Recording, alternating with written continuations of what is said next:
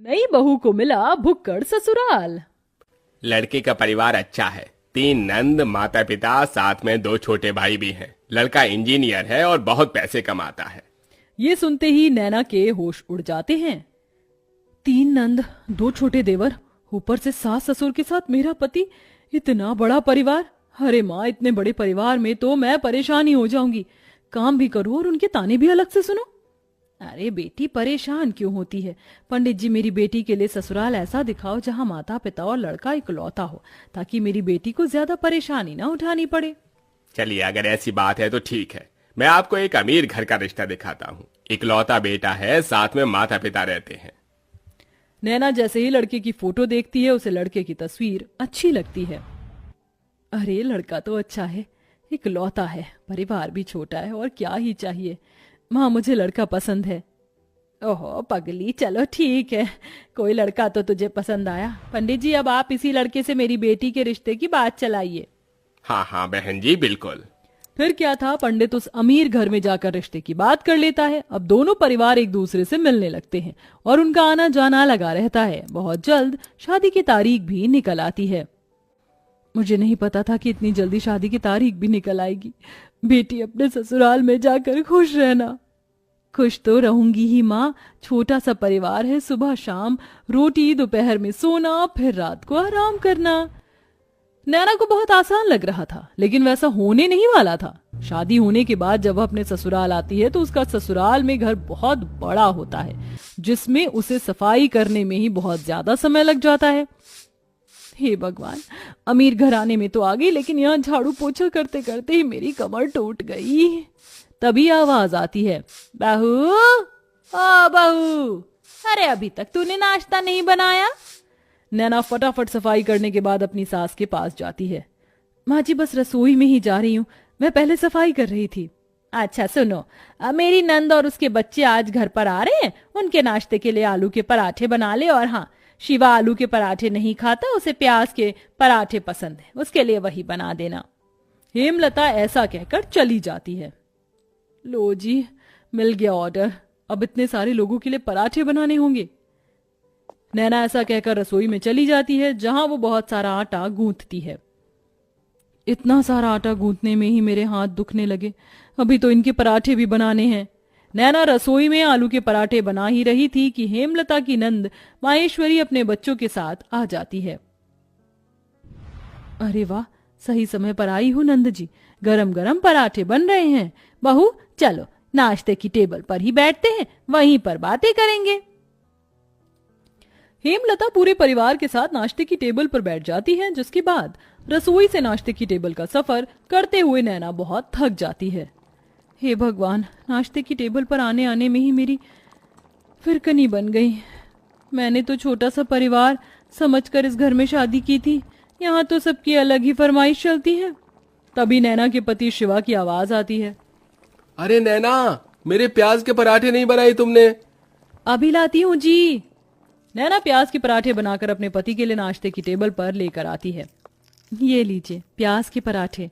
तभी माहेश्वरी कहती है, बहू के हाथों से पहली बार खाना खा रही हूँ, बहुत स्वादिष्ट है ये पराठे, ये लो तुम्हारा शगुन।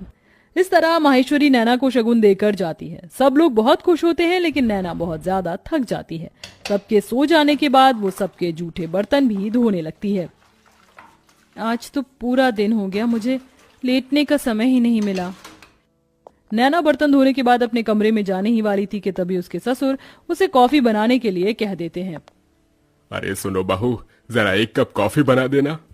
अभी बनाकर लाती हूँ पिताजी। नैना दोबारा रसोई में जाती है और कॉफी बनाकर अपने ससुर जी के लिए लेकर आती है। आखिरकार उसे थोड़ी देर के लिए अपनी कमर सीधी करने को मिल जाती है, लेकिन फिर शाम की अलग फरमाइश शुरू हो जाती है। बहू, शाम के खाने में वेज बिरयानी, शाही कोरमा और चावल बना लेना। फिर से कोई आ रहा है क्या माँ जी घर पर? अरे नहीं, ये तो शिवा को बहुत पसंद है, इसीलिए बनवा रही हूँ। ठीक है माँ जी।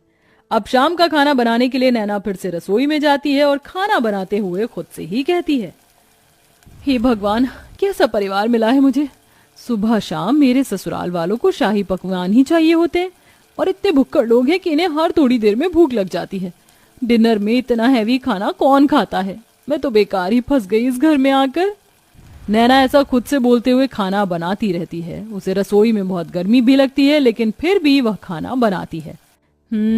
खाना तो बहू बहुत स्वादिष्ट लग रहा है, खुशबू से पता चल रहा है। हाँ हाँ, मेरी मेहनत जो लगी है, स्वादिष्ट तो होगा ही। नैना भी खाने की टेबल पर बैठकर खाना खाने ही वाली थी कि तभी किसी के आने की दस्तक होती है। हेलो गाइस, मेरे बिना ही खाना खा रहे हो?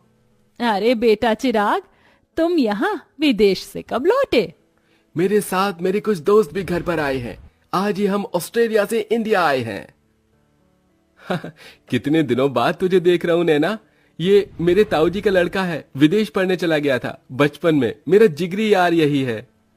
जाओ नैना, इन सब के लिए भी खाना परोस कर ले आओ। अगर रोटी कम हो तो और बना लेना। हेमलता ऐसा कहकर बेचारी नैना को फिर से रसोई में भेज देती है। नैना को खाने के साथ दोबारा से रोटियां भी बनानी पड़ती हैं और वो बहुत ज्यादा थक जाती है। सबको खाना खिलाते हुए उसी के लिए खाना नहीं बचता।